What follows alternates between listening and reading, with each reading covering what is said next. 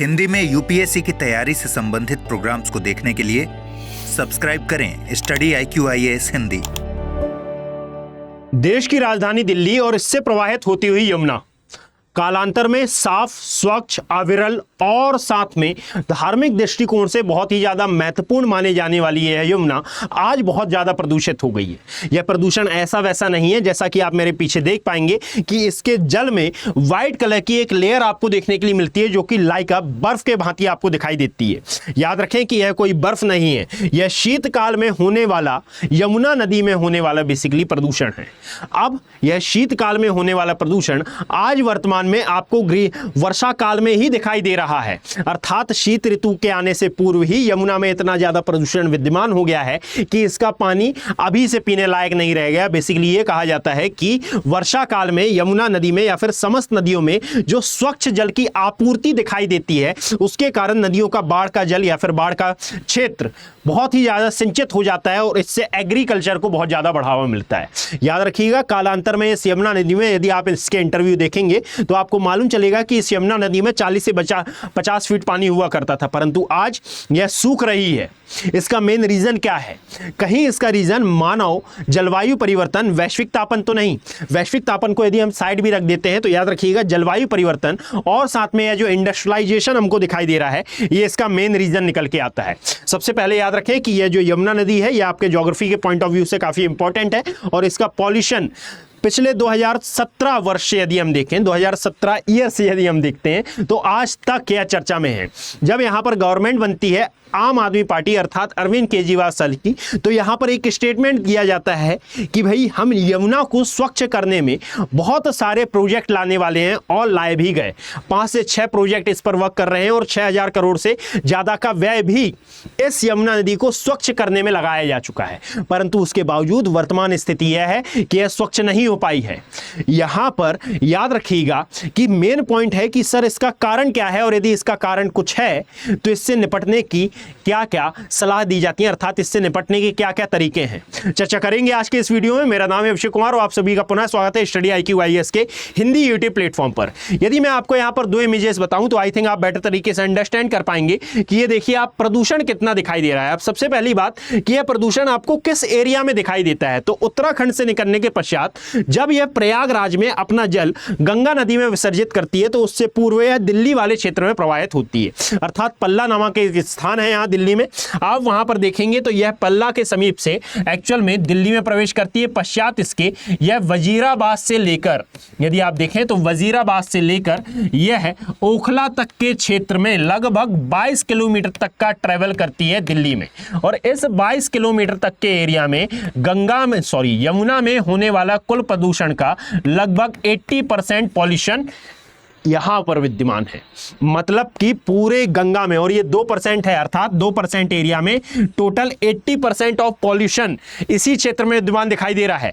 अर्थात यदि आप समझने का प्रयास करें तो पूरी गंगा प्रदूषित नहीं है, एक्चुअल में दिल्ली और दिल्ली से लगे हुए अन्य राज्य अर्थात जैसे पंजाब, हरियाणा है ना, यहां पर जितना भी इंडस्ट्रियलाइजेशन है, यहां पर जितने भी एक्टिविटीज हो रही हैं, उन एक्टिविटीज के कारण यहां पर 80% ऑफ पॉल्यूशन है। यदि आपने इंटरव्यू देखे हो इसके तो आपको मालूम चल पाएगा कि पहले हमारे यानी कि जब आप पिताजी और अपने दादाजी की बात करते हैं तो उस समय यदि आप पाते हैं यमुना में डुबकी लगाना बहुत ही ज्यादा सौभाग्य का विषय माना जाता था और बहुत ही ज्यादा शुद्ध ये नदी मानी जाती थी, परंतु आज यदि वर्तमान में आप देखें तो ऐसा कहा जा रहा है कि ये तो जलीय जीव जंतुओं के लिए विषाक्त हो गई है। जलीय जीव जंतुओं के लिए इसका पानी शुद्ध नहीं है, तो हमारे जैसे मानवों के लिए इसका पानी शुद्ध कैसे?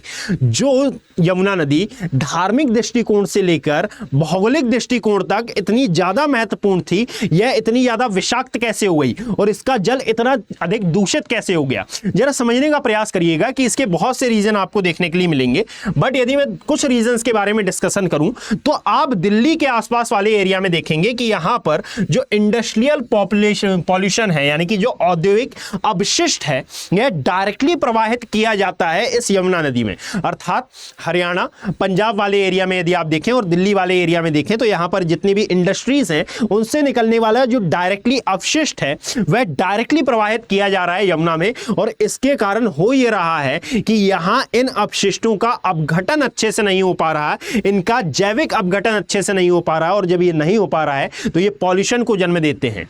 याद रखें कि एनवायरनमेंट में आप पढ़ते हैं कि कितने प्रकार के पॉल्यूशन हैं, उनमें से यह इंडस्ट्रियल अपशिष्ट जितना भी है ये सबसे ज्यादा पॉल्यूशन फैलाने के लिए जिम्मेदार रहता है।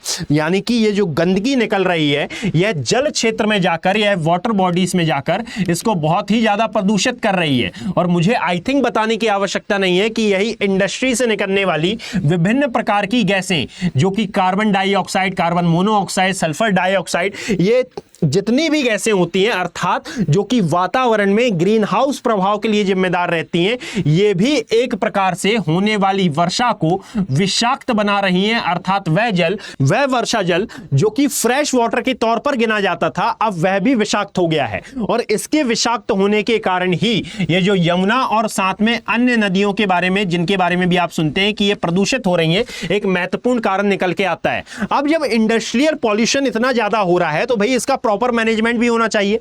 परंतु याद रखिएगा कई रिपोर्ट्स हमको यह बताती हैं, जैसे कि the energy and resources institute की यदि आप रिपोर्ट्स को देखेंगे तो वो बताती है कि सर यहां पर किसी प्रकार का प्रॉपर मैनेजमेंट नहीं है। यानी कि यदि इंडस्ट्री से निकलने वाला अपशिष्ट प्रवाहित किया जा रहा है गंगा में तो उसके लिए कोई प्रॉपर मैनेजमेंट नहीं है। हाँ, यहां पर एक बात जरूर है कि एसटीपी और सीटीईपी नामक जितने भी यहां प्रोग्राम चलाए गए हैं वो क्रियान्वित हैं, परंतु ये सभी प्रोग्राम केवल डॉक्यूमेंट तक ही सीमित हैं। और आई थिंक मुझे बताने की आवश्यकता तो नहीं होनी चाहिए, परंतु याद रखें कि मेरी इस बात को अदरवाइज ना लें कि जितने भी क्रियाकलाप, जितने भी हम प्रोजेक्ट यमुना नदी को बचाने के लिए लाते हैं, ये केवल डॉक्यूमेंट तक ही सीमित रहते हैं। इनका असल जिंदगी में कोई भी क्रियान्वयन नहीं हो पाता है ना। क्यों नहीं हो पाता है? तो पहली बात गवर्नमेंट, और दूसरी बात कि जो मानव है, यानी कि जो हम हैं, आम लोग हैं, इसको क्रियान्वित होने ही नहीं देना चाहते हैं। यदि कहीं पर लिखा है कि भाई यहां पर XYZ कार्य करना मना है, हम सबसे पहले उसी एरिया में वह कार्य करेंगे। जैसे कि यमुना के बारे में जब प्रोजेक्ट लाया गया था 2017 में, तो वहां पर लिखा हुआ था कि भाई एक्चुअल में आप यमुना नदी के तट पर या फिर किसी भी रिवर के तट पर कम से कम सोप का प्रयोग करें। यह बहुत ही माइनर सी बात है जो सभी को पता है कि कम से कम आप उसमें सोप का प्रयोग करें, कम से कम यानी कि नहीं करना है। और वहां पर आप सुबह सुबह जाकर उसी सोप से स्नान करते हैं। यह बहुत ही छोटी सी बात है जो कि यमुना नदी को प्रदूषित करने के लिए अपनी भूमिका निभा रही है। और ऐसी कई और स्टेटमेंट, कई और बातें उसमें एसटीपी और सीटीईपी प्रोग्राम में कही गई थी। 2017 में जो रिपोर्ट आई थी उसमें बताई गई थी, परंतु उस पर किसी प्रकार का कोई क्रियान्वयन नहीं हुआ। और सबसे बड़ी बात कि ये जितने भी इंडस्ट्रीज हैं, जितने भी प्रकार का ड्रेनेज है ना, यानी कि जब दिल्ली में बारिश होती है तो किस प्रकार का पानी वहां पर भराव होता है, किस प्रकार का पानी भरता है, ये शायद आपको पता होगा। तो इनमें जितने भी प्रकार का ड्रेनेज है वो अच्छा नहीं है, और यदि ड्रेन्स हैं तो उनको डायरेक्टली, यानी कि जितना भी अवशेष है वह ड्रेन्स के माध्यम से भी डायरेक्टली यमुना में प्रवाहित किया जा रहा है। अब याद रखें कि इसमें और इसमें क्या फर्क है भाई। तो ये समस्त प्रकार का ड्रेन है और ये इंडस्ट्रियल ड्रेन्स है, यानी कि ये इंडस्ट्रियल अपशिष्ट की बात हो रही है और यहां पर समस्त प्रकार के अपशिष्ट की बात हो रही है। अर्थात नदी, नाले, कूड़ा, जितने भी चीजें होती हैं उनको डायरेक्टली आप यमुना नदी में प्रवाहित कर रहे हैं। यहां पर एक और इंपॉर्टेंट बात यह आती है कि जितने भी प्रकार का हमने इंफ्रास्ट्रक्चर डेवलप किया है, यानी कि मेट्रो रूट्स हम बना रहे हैं, जितने भी प्रकार की बिल्डिंग्स हम बना रहे हैं, चाहे वहां पर हम सीवेज लाइन बना रहे हैं, तो इसके कारण हर नदी के एक बाढ़ का क्षेत्र होता है, अर्थात फ्लड प्लेन होता है। और यह जो बाढ़ का मैदान होता है यह नदी के लिए बहुत ही ज्यादा इंपॉर्टेंट होता है। कारण यह है कि यहां नदी हर वर्ष अपने बाढ़ का मैदान परिवर्तित करती है। जलवायु परिवर्तन और वैश्विक तापन के कारण यह और तेजी से परिवर्तित होने लगा है, परंतु जानने वाला विषय यह है कि यहां पर इंफ्रास्ट्रक्चर डेवलप होने के कारण इसके बाढ़ के मैदान लगातार छोटा हो रहा है, और लगातार छोटा होने के कारण इसका संकुचन हो रहा है। अर्थात वह नदी जो कि कभी अति विशालकाय रहा करती थी, अब यह एक सीमित क्षेत्र तक प्रवाहित होती हुई आपको देखने के लिए मिल रही है। अर्थात बाढ़ का मैदान छोटा तो इसके द्वारा लाई गई बाढ़ छोटी, और जब इसके द्वारा लाई गई बाढ़ छोटी तो इसके कारण डायरेक्टली प्रभावित होता है एग्रीकल्चर। यानी कि यदि आप देखें तो आज आपको यमुना नदी के आसपास वे पुराने किसान मौजूद दिखाई नहीं देते हैं, जो कि कभी इस नदी की घाटी में कृषि किया करते थे, इन सभी का पलायन हो गया है। अब जो किसान आपको दिखाई देते हैं एक्चुअल में यह अब नए आए हैं, यानी कि जो हमारे दादाजी, जो हमारे पिताजी के टाइम के किसान थे, जो कि एक्चुअल में इस यमुना नदी को स्वच्छ मानकर इसके जल से सिंचाई करके एक्चुअल में कृषि किया करते थे, उनका पलायन तो बहुत ही पहले हो गया है। यहां पर यदि आप देखें तो दो और तत्व यहां पर विद्यमान आपको दिखाई देते हैं, एक है बीओडी और एक आता है हमारा डीओ अर्थात बायोलॉजिकल ऑक्सीडेंट डिसॉल्व, और साथ में डिसॉल्व ऑक्सीजन, यानी कि ये जो जस्ट अ सेकेंड, इनमें भी बदलाव होना एक बहुत ही ज्यादा महत्वपूर्ण कारक हो जाता है कि सर यमुना नदी प्रदूषित हो रही है। बेसिकली आप याद रखें कि जब कोई भी नदी प्रदूषित होती है, किसी भी नदी में जब प्रदूषण बढ़ता है या फिर किसी भी जलखंड में जब प्रदूषण बढ़ता है, तो उसका डायरेक्ट इनडायरेक्ट इंपैक्ट सबसे पहले तो वहां पर निवास करने वाले जलीय जीव जंतुओं पर देखने के लिए मिलता है ना। हम तक वो बाद में आएगा, परंतु सबसे पहले जो इंपैक्ट देखने के लिए मिलेगा वो जलीय जीव जंतुओं पर।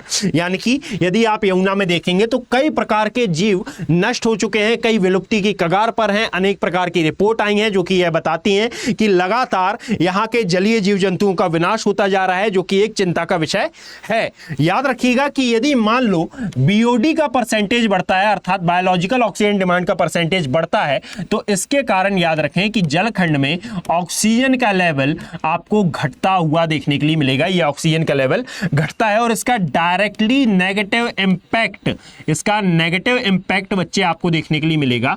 जितने भी प्रकार के जलीय जीव जंतु हैं, जितने भी प्रकार के यहां पर रहने वाले जलीय जीव हैं, उन पर नेगेटिव इंपैक्ट देखने के लिए मिलता है। और यदि मान लो डीओ का परसेंटेज, यानी कि जो डायरेक्ट ऑक्सीजन का परसेंटेज घटा, तो डायरेक्ट ऑक्सीजन के परसेंटेज डिसॉल्व ऑक्सीजन के परसेंटेज घटने के कारण यहां पर ऑक्सीजन जो कि हमारे लिए बहुत एसेंशियल रहती है, इनके परसेंटेज में वृद्धि होती है। और जब इनका परसेंटेज घटता है तो याद रखिएगा इसके कारण पॉल्यूशन में वृद्धि होती है। अर्थात यदि मान लीजिए एक बड़ा है तो दूसरा अपने आप घटेगा, और जब ऑक्सीजन का परसेंटेज घटेगा जो कि जीवों के लिए बहुत ही ज्यादा महत्वपूर्ण गैस मानी जाती है, तो इसका डायरेक्टली नेगेटिव इंपैक्ट जलीय जीव जंतुओं पर देखने के लिए मिला। और जो डिसॉल्व ऑक्सीजन है अर्थात जो घुलित ऑक्सीजन है, यदि इसका परसेंटेज घटा तो भी ऑक्सीजन का परसेंटेज घटेगा, और इसके कारण मेनली होता है क्या, पॉल्यूशन। अर्थात यदि आप देखें तो यमुना नदी में ये बीओडी और डीओ दोनों का ही परसेंटेज लगातार घट रहा है, और जिसके कारण जो जीविका है यह भी प्रभावित हो रही है। जो यमुना नदी का जल है यह भी प्रभावित हो रहा है। जीविका किस प्रकार प्रभावित हो रही है, जो जैसा कि मैंने बताया कि एग्रीकल्चर के लिए जो मेन एसेंशियल रिक्वायरमेंट होती है वो होता है फ्रेश वाटर, और जब फ्रेश वाटर है ही नहीं तो यहां पर एग्रीकल्चर जो कि मेन जीविका है वो तो प्रभावित हुई ही ना। यदि आप देखेंगे तो दिल्ली के आसपास वाले एरिया में आज आपको इंडस्ट्रियलाइजेशन देखने के लिए मिल रहा है, पर कंपैरेटिवली यदि 1990 की हम बात करें तो 1990 के आसपास वही एरिया जहां पर बहुत ही ज्यादा एग्रीकल्चर था, अब वहां पर उतना ज्यादा एग्रीकल्चर नहीं बचा है, और यदि बचा भी है तो उतना ज्यादा प्रोडक्टिविटी के साथ नहीं होता है ये सब काम। याद रखिएगा कि यहां पर कई पर्यावरणविद भी हैं जो कि इसके लिए बहुत ज्यादा प्रयास कर रहे हैं। उन्हीं में से एक नाम है फयाज खुदसर। ये पर्यावरणविद हैं जिन्होंने लगातार आवाज उठाई है और लगातार ये प्रयास भी कर रहे हैं दिल्ली के आसपास वाले एरिया में कि सर इस यमुना में हो रहे प्रदूषण को किस प्रकार से रोका जाए। इन्होंने आर्द्रभूमि क्षेत्रों को बचाने के लिए भी आर्द्रभूमि क्षेत्रों को पुनर्जीवित करने का भी प्रयास किया है। इन्होंने यह बताया है कि यदि यमुना को बचाना है तो जितने भी प्रोजेक्ट सरकार द्वारा लाए जा रहे हैं वह लाए जाएं, परंतु यहां पर एसेंशियल बात यह है कि लोगों को भी जागरूक होना पड़ेगा। अर्थात वे आर्द्रभूमि क्षेत्र जो कि खत्म हो चुके हैं या फिर खत्म होने की कगार पर हैं, उनको पुनर्जीवित करने पर वर्क करना चाहिए। आर्द्रभूमि क्षेत्र क्या होते हैं, वेटलैंड एरिया क्या होते हैं, तो याद रखिएगा कि ये पर्यावरण के लिए बहुत ही ज्यादा आवश्यक होते हैं। भारत में अभी वर्तमान में 80 के आसपास आपको आर्द्रभूमि क्षेत्र दिखाई देते हैं। अर्थात ये वेटलैंड एरिया को रिस्टोर करने की बात करते हैं कि सर इन्हें रिस्टोर करना चाहिए, इन्हें वापस से पुनर्जीवित करने की ओर ध्यान केंद्रित करना चाहिए। और साथ में नदी का वह बाढ़ का मैदान जो कि परिवर्तित हो गया है या फिर जो है जो लगभग समाप्त होने की कैटेगरी में है। इस बाढ़ के मैदान को भी पुनर्जीवित करना चाहिए। एक्चुअल में ऐसा इसलिए है क्योंकि जब आप बाढ़ के मैदान को पुनर्जीवित करते हैं तो यहां पर नदी में जल की मात्रा, जो कि लगातार जो नदी संकुचित हो रही है, अब इसका विस्तार होना चालू होता है। अर्थात ये जो पार्श्व अपर्दन है, ये पार्श्व अपर्दन को बढ़ावा देती है, और जब ये पार्श्व अपर्दन को बढ़ावा देती है तो उसके कारण मृदा उपजाऊ होती है, और जब मृदा उपजाऊ होती है तो इसका डायरेक्टली पॉजिटिव इंपैक्ट आपको पर्यावरण पर देखने के लिए मिलता है। साथ ही इन्होंने और भी कई प्रयास किए हैं, जैसे कि फॉरेस्ट एरिया को डेवलप करना चाहिए। जो ग्रासलैंड एरिया है और साथ में जो फॉरेस्ट एरिया है, इन्हें डेवलप करने पर ध्यान देना चाहिए। यानी कि यदि आप ये सभी काम करते हैं, फॉरेस्ट एरिया और ग्रासलैंड एरिया को डेवलप करने से, भाई ये यमुना में हो रहा प्रदूषण किस प्रकार से कम होगा? तो याद रखिएगा कि मेन कारण क्या है? जलवायु परिवर्तन। मेन कारण है उद्योगों से निकला हुआ अपशिष्ट। जब आप ग्रासलैंड और फॉरेस्ट एरिया को डेवलप करते हैं तो इसका डायरेक्टली पॉजिटिव इंपैक्ट आपको पर्यावरण पर देखने के लिए मिलता है। अर्थात वे ग्रीन हाउस गैसें जो कि इन सभी कारकों के लिए इनडायरेक्टली रिस्पॉन्सिबल हैं, उनमें कमी आपको देखने के लिए मिलती है। और जब ये सब कुछ कमी आपको देखने के लिए मिलती है तो याद रखिएगा कि इसका पॉजिटिव इंपैक्ट हमारे एनवायरनमेंट पर आपको देखने के लिए मिलेगा। मेन बात ये आती है कि सर, क्या यमुना भविष्य में ये खत्म हो जाएगी या फिर भविष्य में क्या ये गायब हो जाएगी? तो ऐसा कहा तो नहीं जा सकता। यदि मानव सूझबूझ के साथ कार्य करे, यदि मानव बहुत ही ज्यादा लगनशीलता के साथ और अपनी रिस्पॉन्सिबिलिटी को समझते हुए यमुना को बचाने पर कंसंट्रेट करता है और अपनी जिम्मेदारी को समझता है, अपनी इन मांसपेशियों का प्रयोग करके अपनी जिम्मेदारी को समझता है, तो हो सकता है कि यमुना को बचाया जाए। नहीं तो जिस प्रकार दिल्ली के कई एरियाज में आपको यह यमुना गायब होती हुई नजर आ रही है और कई एरियाज से ये लगभग बहुत छोटी नदी के तौर पर विद्यमान है, वो भविष्य दूर नहीं है कि इस यमुना को भी या तो पूरा का पूरा प्रदूषित मान लिया जाएगा दामोदर नदी की भांति, या फिर यह उतनी ज्यादा हमारे लिए उपयोगी नहीं रह जाएगी। याद रखिएगा, यह स्टडी IQ IAS हिंदी आप सभी के लिए P2I बैचेस लेकर आया है, और इन P2I बैचेस में अभी एक बहुत ही अच्छा सेल चल रहा है जिसको मॉनसून धमाका सेल आप बोलते हैं। याद रखें कि ये मॉनसून धमाका सेल के अंतर्गत ये जो हमारे प्रतिज्ञा बैचेस थे, इनका प्राइस डिक्रीज कर दिया गया है। और यहां पर सबसे इंपॉर्टेंट बात ये कि इन P2I प्रतिज्ञा बैचेस में आपकी जो क्लासेस हैं ये अमृत उपाध्याय सर के साथ स्टार्ट होने वाली हैं, जो कि स्टार्ट हो चुकी हैं बेसिकली। याद रखिएगा कि ये आपके लिए बहुत ही ज्यादा महत्वपूर्ण हो जाता है। कारण ये है कि जितने भी यूपीएससी एस्पिरेंट हैं उनके पास एक सुनहरा मौका है अपनी पूरी यूपीएससी की जर्नी को फ्री ऑफ कॉस्ट अवेल करने का। यानी कि आप यदि इन बैचेस को ज्वाइन करते हैं तो आपकी यूपीएससी प्री, मेंस और इंटरव्यू तक की तैयारी फ्री ऑफ कॉस्ट होने वाली है। How is that possible? तो याद रखें कि यहां पर सबसे पहले आपको एडमिशन लेना पड़ेगा, और एडमिशन लेते समय आप एक कोड का ध्यान रखें, AKB लाइव। ये एक प्रकार का एप्रिसिएशन रहता है संबंधित